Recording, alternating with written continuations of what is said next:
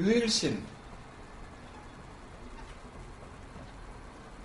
기독교에서 말하는 신이라든가 뭐 또 다른 데서라고 할지라도 유일한 어떤 신을 이야기한다면은 그 신이 있고 모든 것을 창조한 조물주.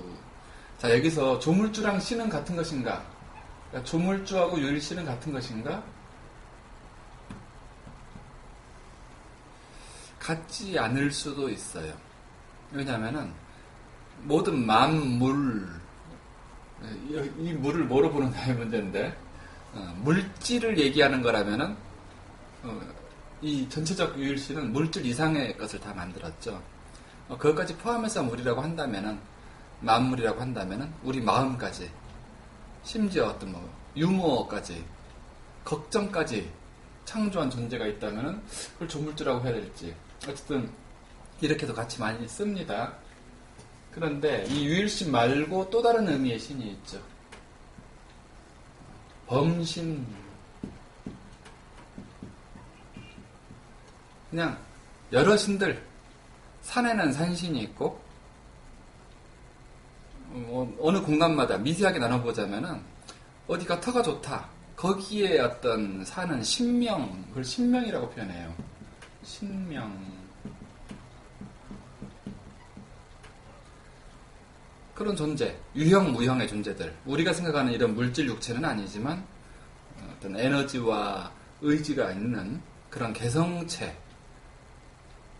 전에 뭐 어느 천사가 이야기하기를, 천사가 별거 아니다, 물질의 몸을 벗어나 있는 에너지 생명체, 그게 천사다, 뭐 이런 표현이 있었어요. 그래서 그런 식으로 보자면 이 신은 참 많죠. 우리가 흔히 귀신 그러죠. 귀신. 그래서 귀하고 신이 있는데, 신은 긍정적이고 밝은 쪽을 말해요. 이쪽은 어둡고 음습한 쪽을 말하죠. 탐진치에 찌들어 있는 어떤 그런 영적 존재가 있다면 그거는 귀라고 하는 것이고, 일반적으로 우리가 흔히 영화 속에 나오는 귀신, 이거 다 귀라고 할 수 있는 거예요. 근데 밝은 빛으로 이렇게 차 있다든가 자비와 연민으로 차 있는 어떤 그런 신명들, 그건 이제 신이라고들 많이 하죠. 그래서 그런 이런저런 저런 범신을 이야기하는 것인가, 아니면 전체적인 것을 관할하는 유일 근원적 존재를 말하는 것인가. 자, 여기서 유일신이라고 한다면 한 가지 여기서 이제 생각을 넘어서야 되는 것이 있어요. 이 범신이라고 한다면은 때로는 모습도 있습니다. 예를 들어서 어떤 산신 같은 경우는 생김새가 있어요. 수리산 산신입니다 하면서 다 나타난단 말이죠. 인간의 의식 속에서 때로는 꿈에 나타나기도 하고, 그런 식으로 나타날 이 모양이 있어요. 때로는 호랑이 모습으로 나타나기도 해요. 산신들은 호랑이, 까치 뭐 이런 종류들은, 또는 산신의 권속들이죠. 그런데 이 유일신이라고 한다면은 얘기가 좀 달라져요. 모양이 없어요. 모양이 있다면은 유일하다고 할 수 없죠. 자, 유일신의 특징을 우리가 사유하는 힘을 길러보면은 우주와 신마저도 상상할 수가 있는 것이에요. 그 모든 걸 다 상상한다는 건 아니겠지만 대략적인 범주를 우리가 생각해 볼 수가 있어요. 신은 아마도 무소부재할 것이다. 무소부재. 이 말은 뭐냐면은 없는 곳이 없다, 이런 뜻입니다. 신이 만나겠다고 하는 건 아니겠지. 자, 무소부재. 예를 들어서 저 하늘에 있다면은 이 땅 속에도 있을 것이고, 동굴 속에, 개미굴 속에, 지금 요 자리에도 있겠죠. 모니터 속에도 있겠죠. 전파 속에도, 지옥에도 계시겠죠. 예. 성스러운 곳에만, 어떤 분들은 교회만 있을 거라고 생각할지도 모르겠네요. 그렇지 않죠. 모든 곳에 있지 않으면 유일 존재라고 할 수가 없죠. 자, 무소부재. 그 다음에 이제 이런 표현을 써요. 무소불능. 불가능이 없다, 그 신에게는. 그런지 안 그런지는 둘째치고 일단 그렇다고 보기로 하죠. 그리고 무형, 형상이 없을 것이다. 특정한 형상이라고 할 것이 없을 것이다. 수염난 할아버지 형상? 그건 인간들의 상상이죠. 그렇게 상상을 해놓고 그거에 틀을 맞추려고 하는 것은 잘못된 생각이에요.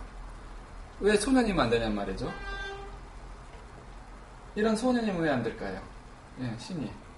할아버지일 수 있다면 소년일 수도 있겠죠. 항상 더 어린 애일 수도 있을 거예요. 이거 물고 있는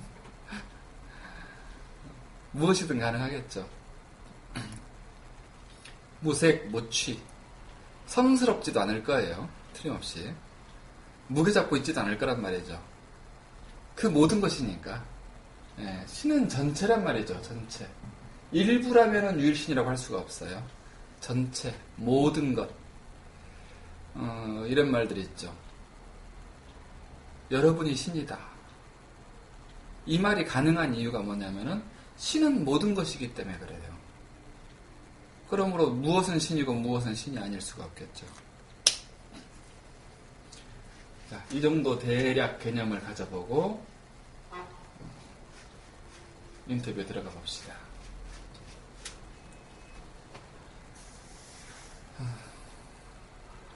그 신에게 잠시 인터뷰해도 되겠습니까? 하고 내 친구가 묻자 예, 좋습니다. 라고 대답을 하는 거예요. 좋습니다. 오히려 놀랬죠. 그게 신 아닌가?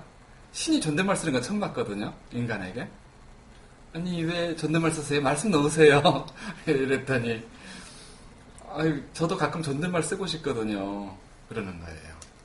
인간들은 신과 인간의 대화하면은 이랬느니라 저랬느니라 내 아들아 내 자식아 맨날 이런 식으로 말하는데 그건 인간의 상상이라는 얘기죠.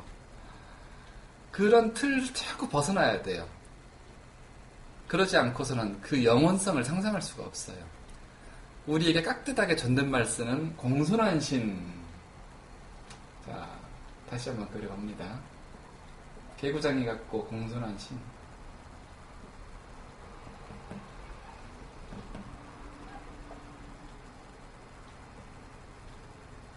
그 모습은 어떤 모습으로 나타나는가? 우리가 원하는, 즉 내가 원하는 모습으로 나타난다고 보시면 돼요. 저승사자도 그렇습니다. 우리가 죽고 나서 몸을 벗어날 때 우리를 인도하는 가이드들은 주로 내가 상상한 모습이 나타나는 거예요. 그게 신들의 특징이에요. 어떻게 보면은. 그래서 인간은 참 오만 가지 공포도 창조하고 성스러운 것도 창조하고 그 많은 우주의 창조를 인간들이 더불어서 했죠. 신들하고. 자, 이런 존재에게 이제 질문을 하는데 시간이 충분히 있으신지요? 오히려 신이 그러는 거예요. 인간님 말씀 좀 넣으세요. 한번. 그것도 재밌잖아요. 그래가지고 인간이 이제 말을 놓고 하는 거예요. 저는 시간이 영원합니다. 영원.